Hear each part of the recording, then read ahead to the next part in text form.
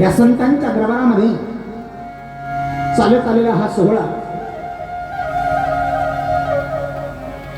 भगवंताची वाङ्मय मूर्ती रामकथा। गेल्या 3 दिवसापासून आपण रामकथेचं चिंतन करत आहेत। आजचा 4था दिवस आहे। त्या रामकथेचं चिंतन करत असताना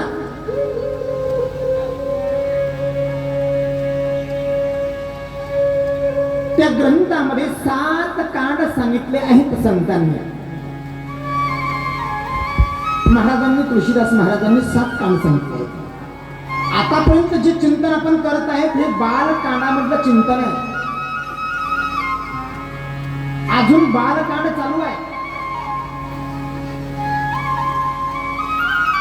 आणि नंतर जो कांड सुरू होणार आहे त्या कांडाचं नाव आहे अरण्यकांड, अयोध्यकांड। अयोध्यकांड झाला की अरण्यकांड, अरण्यकांड झाला की किष्किंधाकांड, किष्किंधाकांड झाला की सुंदरकांड आणि सुंदरकांड झाला की लंकाकांड, लंकाकांड झाला की उत्तरकांड। असे 7 प्रकारचे कांड ह्या ठिकाणी आलेले आहेत। 7ही प्रकारच्या कांडाचं चिंतन आपण मांडणार आहेत वेळेच्या नुसार। बालकांडाचं चिंतन करत असताना जगाचा जगदीश परमात्मा राम प्रभू, जगत आधार लक्ष्मणजी आपल्या कामासाठी त्या ऋषीने हे जगताचे घनश्याम आपल्या परिसरामध्ये घेऊन गेले आहेत। त्या ठिकाणी यज्ञ चालू आहे, भला मोठा यज्ञ चालू आहे।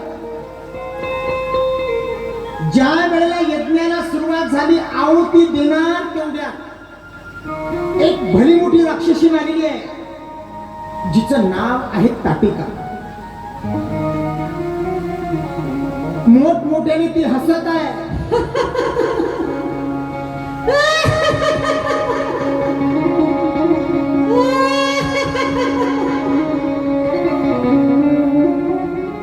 चले जात मुनि नहीं दिखाओ, सुनीता